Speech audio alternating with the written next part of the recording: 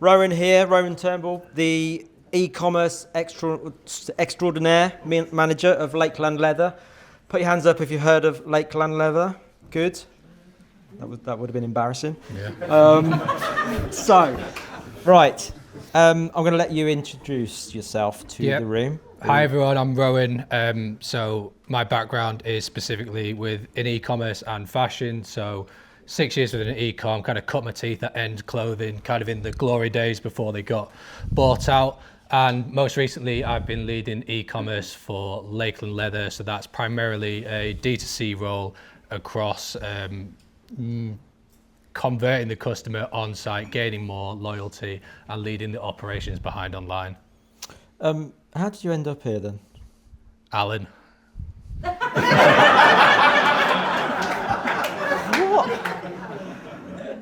How did you end up here? In terms of how did you get to this point? Yeah, for sure. So I think how I ended up at Lakeland Leather is specifically through looking at gaining leverage within each position to kind of, more leverage and more control. I think starting at End, it was a massive company. You're kind of a very small cog in the wheel. You kind of understand what your cog does. You don't understand what the rest of the business do.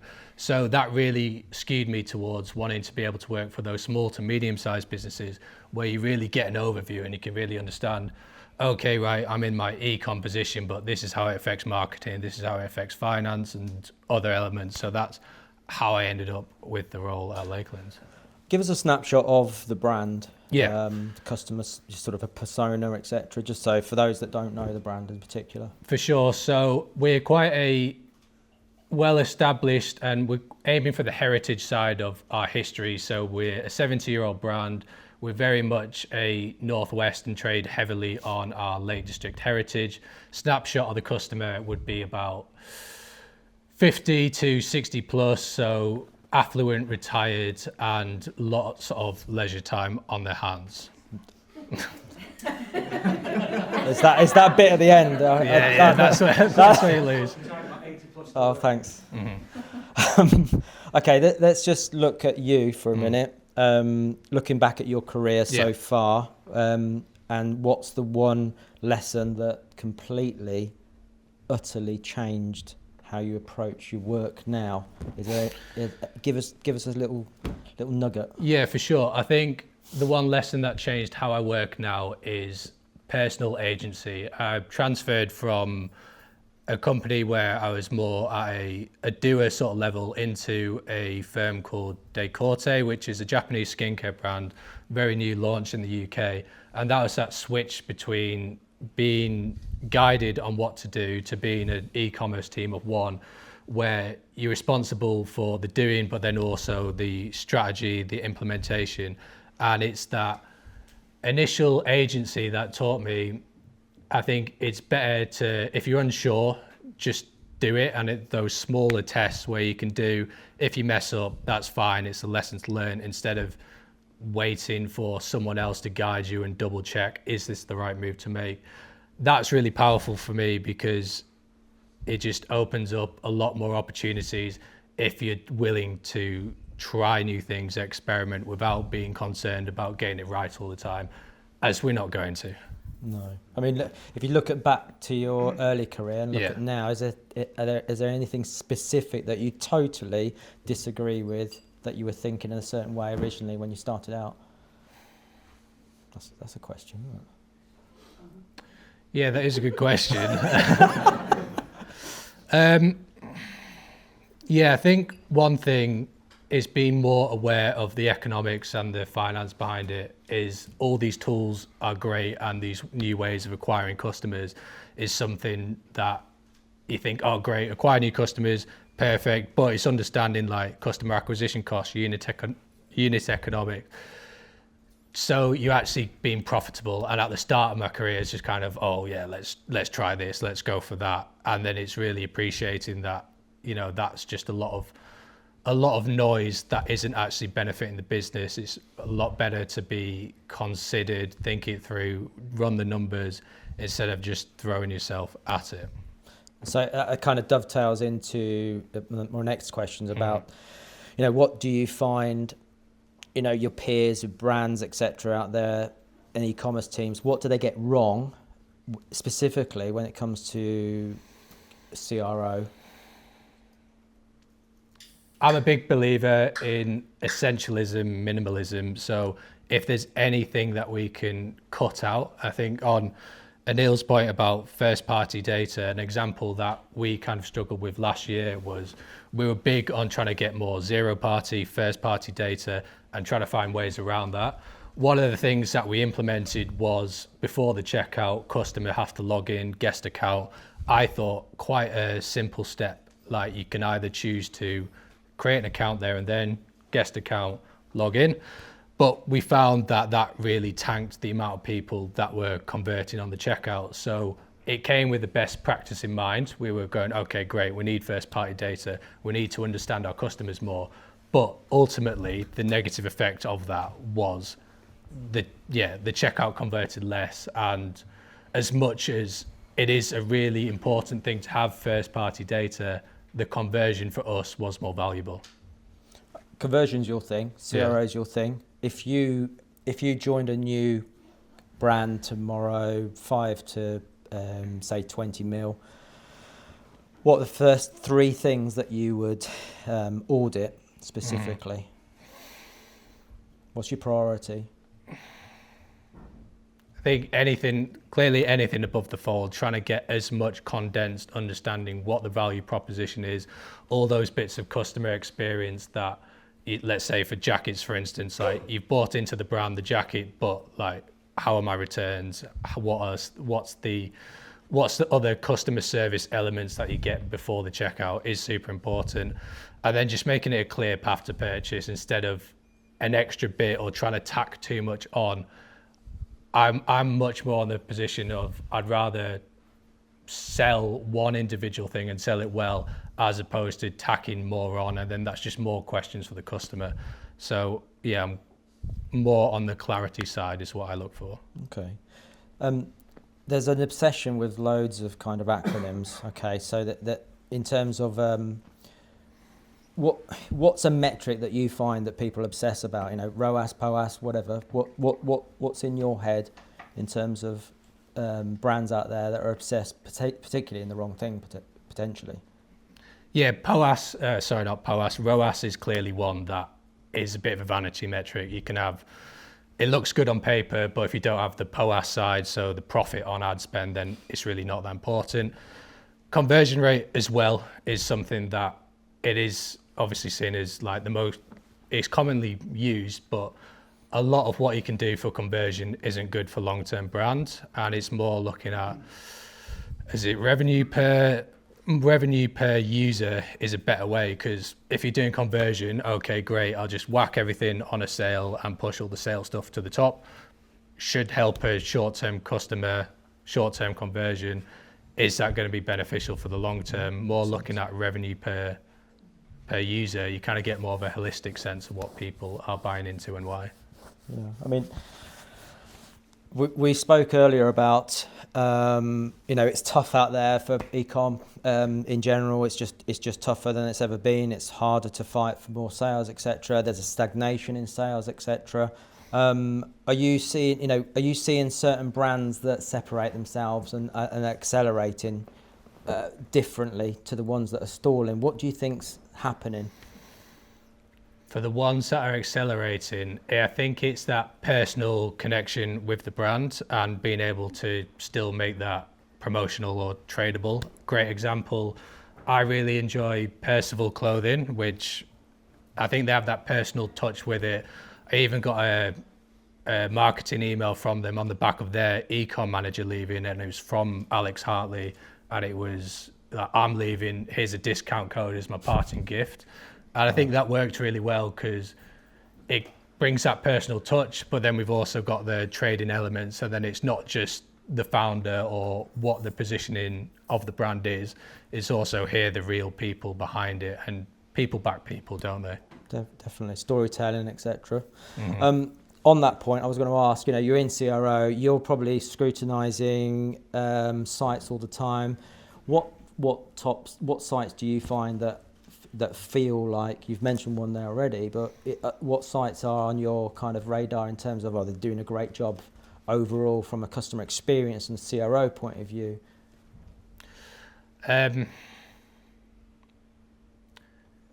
Yeah, personally, I quite like the Represent site of how they work. As a customer, I don't think I'm their target customer, but I really appreciate how they do e-commerce as well. So yeah, Represent is something that I'm looking at a lot.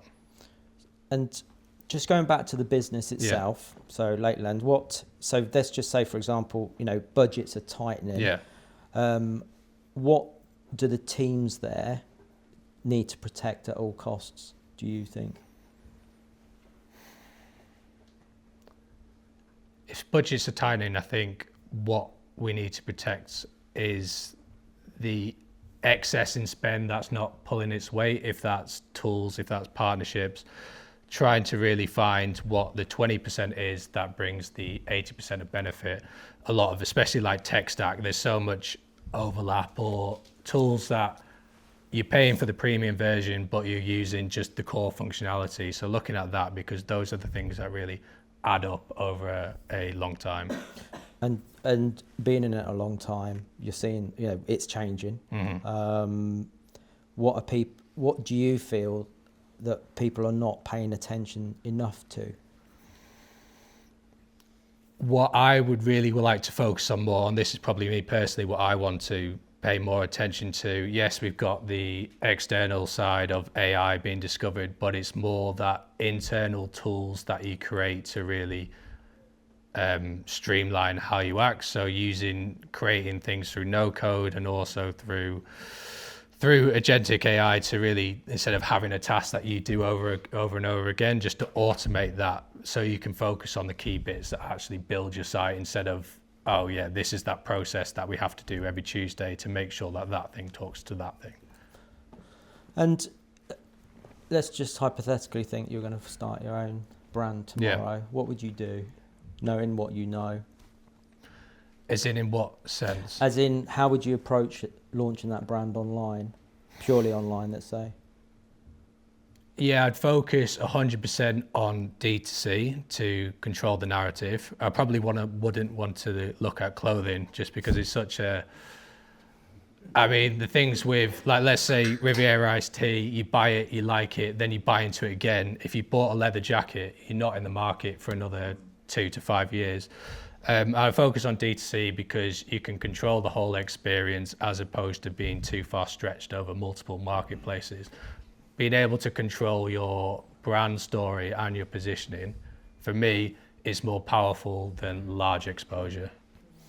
And just having a think about mistakes that you've potentially made, learnings. Yeah. Have you got any that you can give us? So a good one last year was, with discovery on AI, kind of came across a few studies that Wikipedia was one of the things that people look for, what AI looks for in terms of how it does its recommendations. I thought, okay, great, bang, let's get a Wikipedia page up. I feel like the company, 70 years of history, is going to have enough to talk about. I kind of thought it was like back in school Wikipedia, when anyone could create an article about anything. And it's really a vetting process. It's kind of a full-time job to build up your kudos, like editing other articles just so you can post an article. And I thought, right, let's outsource this, should be fine. I didn't do my due diligence again, and probably thought in a B2B world instead of B2C, like, everyone is more on equal footing, and there's no real con artists in the B2B world. And so I signed with naive, I know. Signed with a company. It was only a small investment of about £500 to build us a Wikipedia page. And then after signed that, then I was like, oh, let's have a look at these guys actually. And the Trustpilot was full with, they signed me on, and then the page wouldn't get approved unless we had more media. Lo and behold, they offer a media package, which is more like £2,000 plus, which will guarantee our Wikipedia page gets published with all these credible sources. And the same thing happened to me. And I think that was a mess up it only really cost £500 is nothing really. In my head, it was worth a test. But what it damages, especially when you're not an owner of a business, is the trust that you get in your decisions from other people. Although it was just a £500 mistake, I feel like because it was me just dashing ahead instead of doing the due diligence and like looking at this company before signing up for them, it kind of, I'd say it knocked a bit of my credibility as well. That happens. I'm going to just go. I've got time. I've got time. Yes. Give me some questions. Hands up. Oh, blimey. Okay. Chap there with the cap on first. Given the brand trades a lot on its heritage, there is a challenge therefore with an aging demographic that those customers won't be around forever. Yeah. So how do you kind of keep the brand true to its roots whilst also attracting a younger audience to ensure that you're here in years and decades to come? Yeah, that's spot on. That's exactly the challenge that we're trying to solve this year. So as of kind of the autumn winter season where our peak trading is, we're going through a full rebrand to really aim towards that heritage side without just having an older customer that just knows us and is loyal because they've known us for so long. So we're trying to pitch, when I say a bit younger, it's more on the 40s to 50s crowd, and aiming to kind of, I think we undersell a lot in our heritage. We're like, okay, we're based in the Lake District, we're specialised in leather goods, and we just kind of don't put too much emphasis on that, and it's such an easy well to tap into. So that's what we're aiming to do this year, as opposed to our positioning. And the core customers, I feel, probably I'd say for the core customers, it's reinvigorating our loyalty program. We've got a loyalty program. Again, it's just the points for purchase side. It works well enough, and there's people that have been on there for a long number of years, but it's that extra element. People like points for purchase just isn't really cutting it anymore. You need to have that exclusive experience, that brand building as well, to keep people engaged going forward. There was another question on that side. So for eCom brands who are just starting out with A/B testing, conversion rate optimization, where do you think like the most impactful places for them to start with a lot? I think for ecom brands just starting out, it's hard to do A/B tests at scale. So not that I would suggest not looking to A/B test, but it's really be strategic in where you look. So what I'd say is, I guess if you're using Shopify, the checkout's kind of sorted in its own way. I wouldn't put too much emphasis on that. I'd say just look for, instead of those 1% tests, which is, all right, does a green add to cart button work better than a black one? It's A/B testing new functionality that you want to bring on site, not that 1% changes, but those big 10, 20% changes. And then if you're bringing on a new tool or functionality, then you can do it in a small test environment, have the reassurance that it is working and it's not just hype that you've received from, I don't know, whatever marketing you've got, and then testing those bits as opposed to the minutiae of how things look on the site. What does the physical retail look like for Lakeland Leather, stores or concessions? And from an e-com side, how well do you feel the two have joined up? And what would you like to, what would be your big win to take that a step further? Yeah, so the retail side of Lakeland is we've got 11 stores and 5 concessions. So the stores are mainly based in the northwest, a lot of market trading towns. That is one big blind spot for us. We are operating on more of a legacy ERP system, and we don't have that unified commerce that you keep on hearing about. We've got an online customer, we've got an in-store customer, and getting those together is something that, in honesty, does not happen well at this point, and it's a key focus for us going forward. Can I ask a question? Yeah. I've got time. Sorry. So, just on that point, I'm old school, so I used to sell stuff in shops. Okay. So, do you think there's a real issue still with online thinking they no CX, customer experience, compared to, do you think they need to take a leaf out of the book of a real retailer experience? I think there's different parts that go into CX for online versus in-store. It's that not the post-purchase customer service, it's that bit that we really have to look at in terms of making them reassured as a customer. It's a journey, isn't it? Yeah, it's a journey, yeah, exactly. You walk in and you get a good customer experience, or you get a good visualization of the product, and it's displayed in a certain way. It's very easy to throw a website up and think, actually, in a way, it's got to conform in a certain way, but there's a lot more work, because that comes from what you do from a CRO point of view, isn't it? Yeah. So I'm just I'm not answering the question for you, but it's just something that I've noticed, and do you agree with that sites have a due diligence to make sure that the customer experience on the website is as good as if I walked into store?